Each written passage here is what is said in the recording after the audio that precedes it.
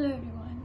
सो मैं video NEET के almost 2 हफ्ते बाद बना रही हूँ।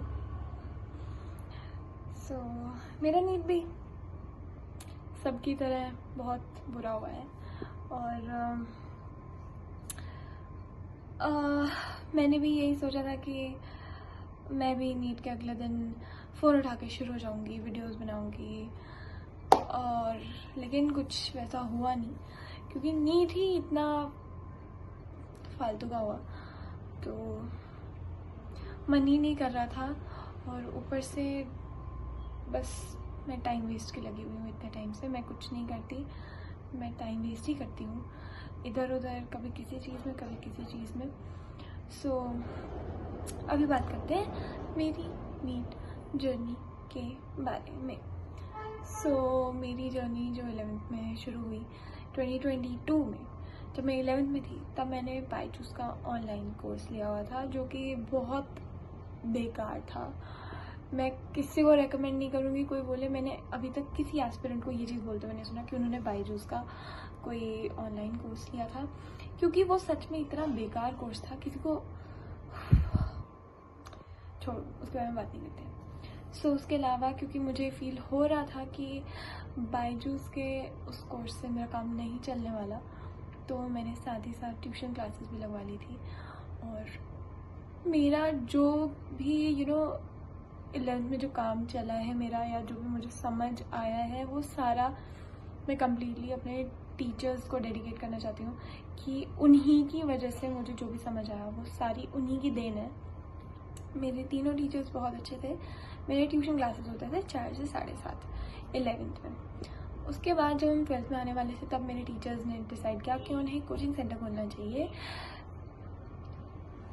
सो हाँ, उसके बाद मुझे तो पता ही था मुझे कहाँ जाना है। मुझे फोकस में ही जाना था और मैं वहीं गई और मैंने प्रिपेयर किया। स्टार्टिंग में एवरीवन इज़ लाइक हमें तो एम्स दिल्ली ही चाहिए। उसके बाद धीरे धीरे देर लाइक एम्स तो कोई भी चलेगा, एम्स जोधपुर हो, भटिंडा हो, कोई भी एम्स हो, सारे एम्स चलेंगे।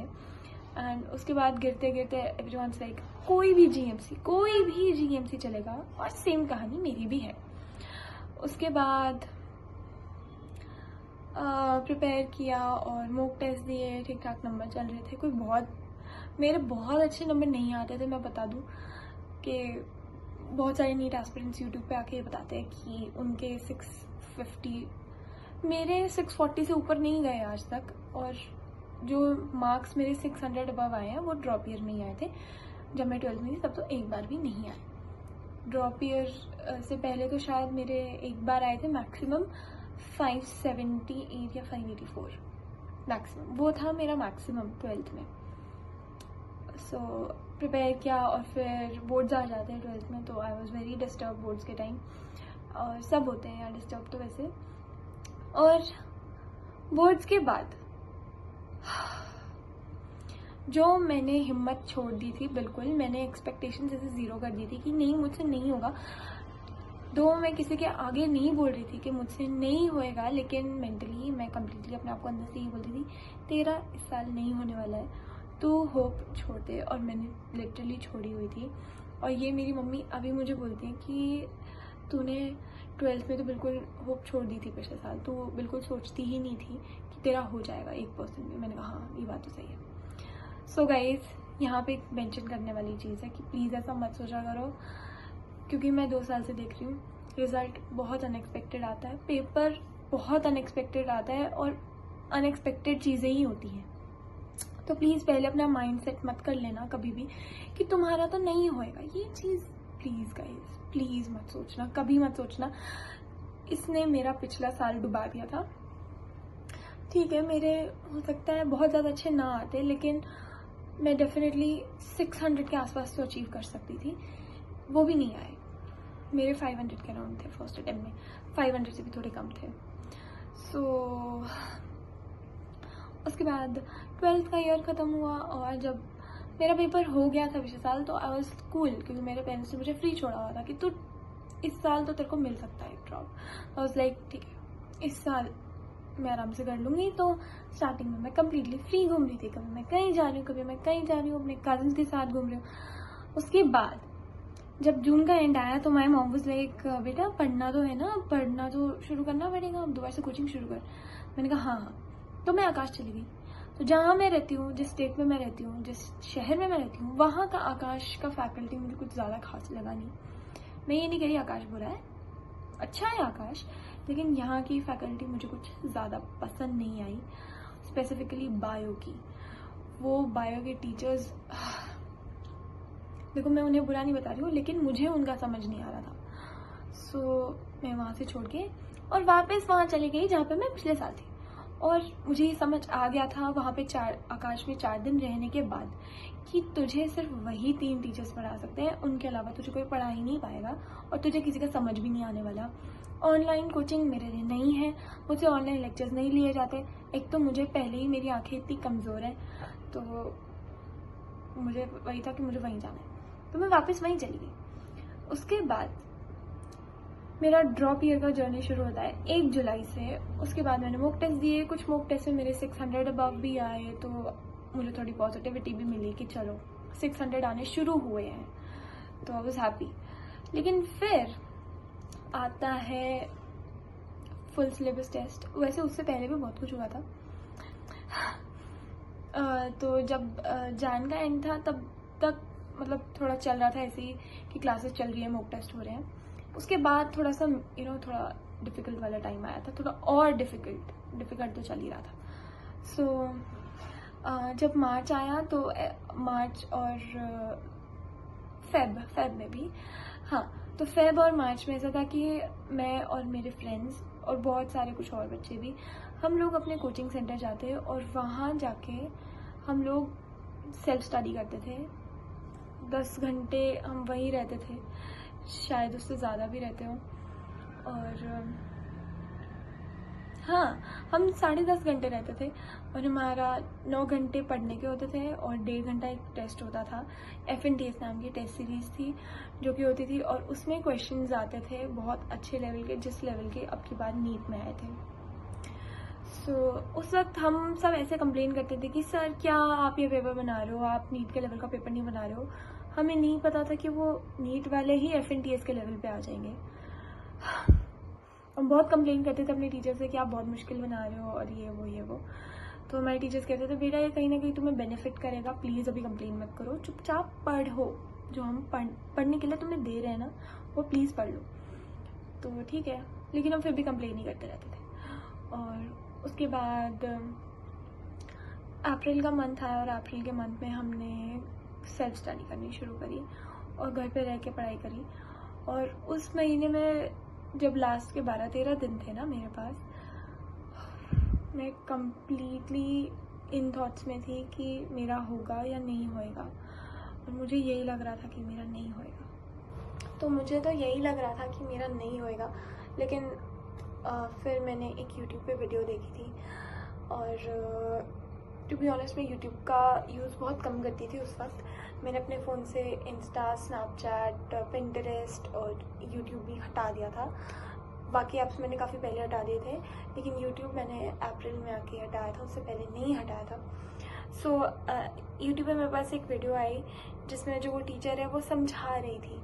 वो उन्होंने जो चीज़ें बोली, और मैंने जब कमेंट सेक्शन में स्क्रॉल किया तब मुझे लगा कि बहुत सारे बच्चे हैं जो कि 450 से 650 पे चले गए, और कहीं 550 से 650 चले गए, लेकिन मतलब बच्चों के स्कोर इम्प्रूव हुए हैं और होते हैं।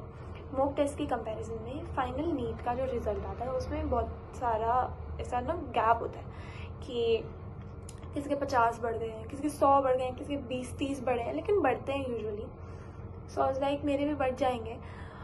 और ऊपर से उस वक्त ऐसा था कि मेरे फ्रेंड्स के मार्क्स मुझसे ज़्यादा आ रहे थे, तो मुझे बहुत वो इन्फीरियरिटी कॉम्प्लेक्स था कि यार इनके मुझसे ज़्यादा आ रहे हैं और मेरा नहीं होएगा, और इनके मुझसे ज़्यादा हैं, इनके 50-100 नंबर बढ़ाएं तो इनके मुझसे काफ़ी ज़्यादा बन रहे हैं और मेरा नहीं हो पाएगा। तो वो चीज़ भी थी। तो लेकिन वो वीडियो देखने के बाद मुझे पॉजिटिविटी आई, और फिर ये चीज़ें सोच के कि यार बहुत अनएक्सपेक्टेड रिज़ल्ट आता है। और मेरे पेरेंट्स ने मुझे बहुत कंफर्ट किया था, स्पेसिफिकली माय डैड। वो रोज़ आके मेरे सिर पे हाथ रख के जाते थे और मुझे बोलते थे कि देख, तुझे जो आता हो ना तू वो करके आई हो, हमें कोई शिकायत नहीं है, तेरे कम नंबर हैं, तेरे 400 नंबर आएंगे, हमें एक्सेप्ट होएगा, लेकिन तू वो एटलीस्ट करके आई हो जो तुझे आता है, अपने पोटेंशियल जितना करके आई हो। पोटेंशियल से ज़्यादा आप नहीं कर पाओगे, आप अपना पोटेंशियल इंक्रीज़ कर सकते हो लेकिन उससे ज़्यादा एट दैट मोमेंट परफॉर्म नहीं कर पाओगे आप। तो आई वाज लाइक ओके। सो मेरे डैड ने मुझे बहुत ऐसे कंफर्टेबल कर दिया था कि तू आराम से अपना पेपर करियो, टेंशन मत लियो और कुछ सोचियो मत पेपर के टाइम पे। तो वो चीज़ ने मुझे बहुत हेल्प किया। और पेपर के टाइम पे मैंने बहुत अपने टीचर से, अपने पापा से भी ये चीज़ सुन ली थी कि जो पेपर आएगा अगर वो मुश्किल आएगा तो वो सबके लिए ही मुश्किल आएगा। और पेपर से पहले मेरे टीचर भी मुझसे मिल के गए थे, तो वो चीज़ मुझे बहुत अच्छी लगी थी। नीट के दिन सुबह सुबह मेरा एक चैप्टर बचा हुआ था रेस्पिरेशन इन प्लांट्स वाला, और वो चैप्टर मुझे ऐसा था कि करके जाना है, और उसका एक क्वेश्चन भी आया था पेपर में और मेरा फिर भी वो गलत हो गया। इवन तो मैं सुबह पढ़ के गई थी वो टॉपिक, लेकिन मैं फिर वो क्वेश्चन गलत करके आई। वो बहुत बेसिक क्वेश्चन था और मेरे सेट में लास्ट क्वेश्चन था वो, मेरा सेट 47 था। सो नीट वाले दिन सुबह सुबह मेरे पापा ने मुझे पहले बोल दिया था कि तुम पिछले ही दिन रात शाम को पढ़ाई छोड़ दियो, और टीचर्स भी बोल के गए थे कि शाम के बाद मत पढ़ना, लेकिन मैं पढ़ी थी। और सब बच्चों का ऐसा मन करता है कि पढ़ ले, कि ये छूट रहा है वो छूट रहा है, और सबका मन करता है, तो मेरा भी मन करा था और मैंने भी पढ़ा था।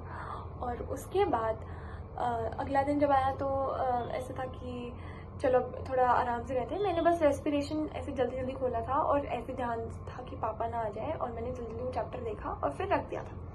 उसके बाद मैं कम्प्लीटली आराम से नहाई और सारा काम किया, तैयार हो गई, अपने नाना नानी से मिल के आई। जब घर से जा रही थी तो दादा दादी का आशीर्वाद लिया और चली गई, और सेंटर पे जाके आराम से, मतलब आई गेस 12:30 के अराउंड मैंने एंट्री ले ली थी, और फिर मैं आराम से 1:30 बजे से पहले ही बैठ गई थी अपने सीट पे। एंड जब पेपर आया तो मैंने करना शुरू किया। मेरा जो पहले मैंने प्लान बनाया था कि मुझे क्या कैसे करना है, मैंने जो प्लान बनाया था उसके हिसाब से मुझे बायो करनी थी 45 मिनट्स में, और केमिस्ट्री करनी थी वो भी 45 minutes with OMR, 45 minutes in chemistry, and bio without OMR 45 minutes. So लेकिन वो नहीं हुआ, कम्प्लीटली प्लान मेरा चेंज हो गया। तो मुझे ये था कि 55 मिनट में तो मैं बायो विद OMR कर लूँगी, और केमिस्ट्री में 45 मिनट्स में मैथ्स कर लूँगी विद OMR। तो मेरे पास बच जाएंगे 1 घंटा 20 मिनट फॉर फिज़िक्स, क्योंकि मेरा फिज़िक्स वीक है, और मेरा टू बी ऑनेस्ट तीनों में से कोई भी सब्जेक्ट ऐसा नहीं कि बहुत ही अच्छा है। कभी मेरी बायो का अच्छा चला जाता है, कभी मेरा केमिस्ट्री का अच्छा चला जाता है। फिज़िक्स का तो ऐसा रेयर ही होता है कि मेरा अच्छा चला जाता है, ऐसा नहीं हुआ कभी भी मेरे साथ मॉक टेस्ट में। और फिर जब मैंने बायो करनी शुरू करी तो मैं कर रही थी, और कुछ क्वेश्चन ऐसे अनएक्सपेक्टेड से आ गए थे। एक क्वेश्चन था वो रामदेव मिश्रा वाला, वो मैंने कभी पढ़ा ही नहीं, और वो टॉपिक में वो पार्ट बहुत सारे मतलब यूनिट्स के स्टार्टिंग में दिए होते हैं, वो कभी मैंने खोल के नहीं देखे। और मैं अपनी एक फ्रेंड से बात करी थी, वो कह रही थी कि मैंने एक पेपर दिया था उसमें आया था, तो मेरा तो सही है। मैंने कहा यार तूने कौन सा पेपर दिया है ऐसा कि उसमें ये क्वेश्चन आ गया। और लेकिन फिर मैंने कुछ और बच्चों से बात की और देखा है, तो वो बोल रहे थे कि उनके कोचिंग वालों ने बताया था, तो और उन्होंने किसी मॉक टेस्ट में भी दिए होंगे, लेकिन मैंने कभी नहीं पढ़ा है। रिडक्शनिस्ट बायोलॉजी वाला फिग वाला क्वेश्चन, और एक फॉर्मूला था PCR का, वो PCR वाला क्वेश्चन मेरा सही है, उसके अलावा फिग वाला मेरा गलत है, रिडक्शनिस्ट बायोलॉजी मेरा गलत है, रामदेव मिश्रा मैं करके नहीं आई। तो और फॉर्मूला वाला क्वेश्चन भी जो PCR का था वो भी मैंने वैल्यू पुट करके देखी, और जो फाइनल वैल्यू आ रही थी फिर उसके हिसाब से मैंने आंसर किया था, लेकिन उसमें भी टाइम लगा ना मुझे करने में। तो मुझे फाइनली बायो ख़त्म करते करते 1 घंटा 5 मिनट हो गए थे। तो मैंने जब क्लॉक की तरफ देखा तो मैंने कहा यार शिट, कोई बात नहीं आगे करते हैं। मैंने पेपर में ना अपना टेम्पर और जो भी होता है अपना काम लूज़ नहीं किया, ये चीज़ मुझे बहुत हेल्प करके गई मेरे पेपर में। मतलब मुझे जितना आता था मैं उतना उतार के आई हूँ। सिली मिस्टेक्स मैंने अभी भी करी हैं, लेकिन ऐसा नहीं है कि मैंने बहुत ही बिगाड़ दिया पेपर। मैंने अपने पोटेंशियल से मेरे 30 से 40 नंबर कम है, इतने बढ़ जाते मेरे आराम से जो बढ़ सकते थे वो इतने हैं, बाकी तो अलग चीज़ है। उसके अलावा फिर ये बायो ख़त्म हुई, फिर मुझे था कि चल कोई बात नहीं, अभी ना तुझे 1 घंटा 10 मिनट बचाने हैं कैसे भी करके फिज़िक्स के लिए।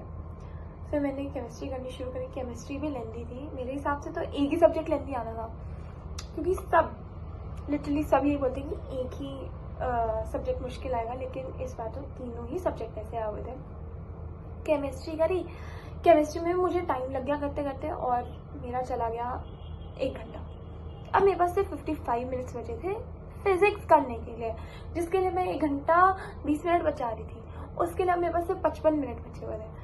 फिर मैंने कहा कि कोई बात नहीं तनुश्री, जितना आता है उतना कर, जितना आता है उतना कर, तो कोई बात नहीं। और मैं अपने आप को यही बोल रही थी बार बार पेपर में, कर कर, जो आ रहा है वो कर कर कर कर। मैं इनफैक्ट मुझे रियलाइज़ नहीं होता, मैं तेज़ तेज़ बोलने लग गई थी यार, मन में तो बोल ही रही थी, मैं मुंह से बोलने लग गई थी पेपर में कि कोई नहीं, तुझे जो आता है वो कर कर कर, और मैं बोले जा रही थी। तो लेकिन मेरी टीचर का ध्यान नहीं गया लेकिन मैं बोल रही थी, तो मुझे थोड़ी देर बाद रियलाइज़ होता कि तू बहुत तेज़ बोल रही है, धीरे बोल फिर मैंने धीरे धीरे बोलना शुरू किया, और फिर मुझसे जितना हुआ उतना मैंने कर दिया। और फिर जब पेपर, मेरा जो बेंच था, मैं लास्ट सेकंड बेंच पे थी, 4th रो की।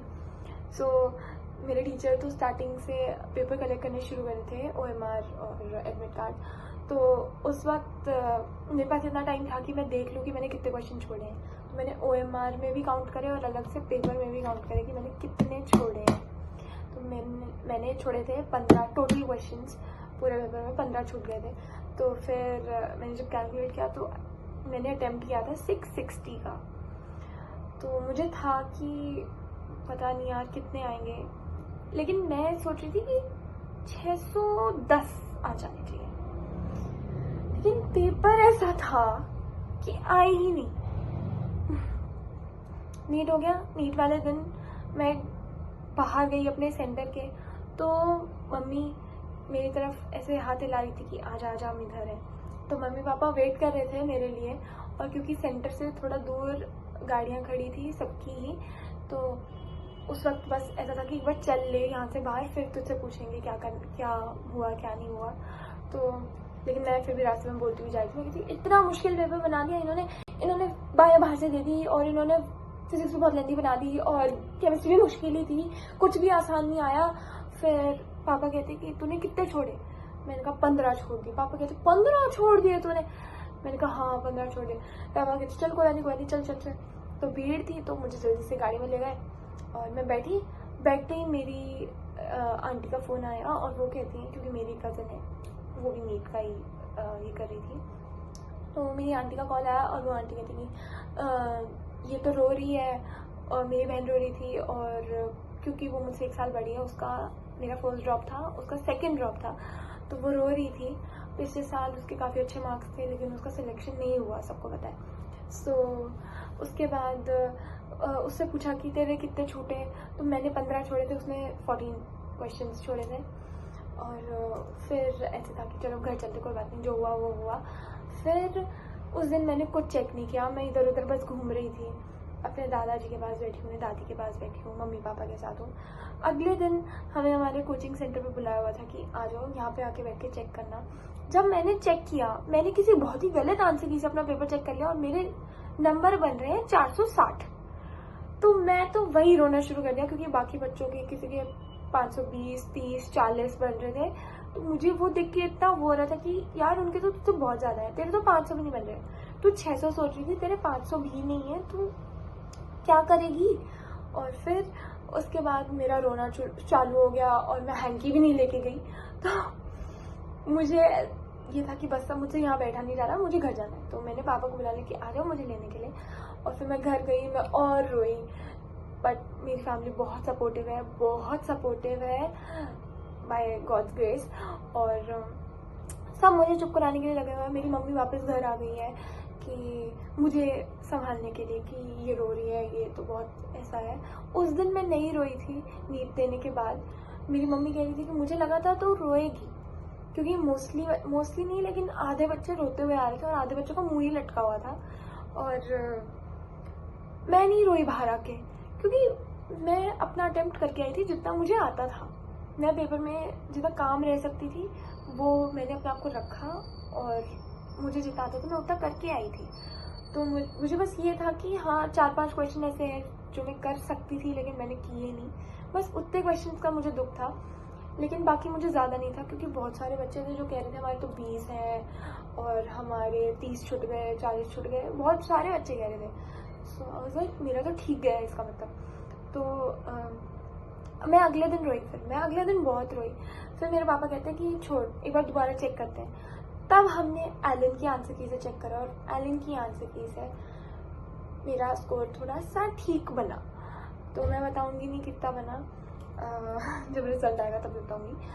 तो तब मेरा थोड़ा ठीक बना, तब मुझे था कि हाँ चलो, जो कि मैं चाह रही थी मैं सेफ जोन में आ रहा हूँ, मैं एटलीस्ट सेफ जोन में तो आई।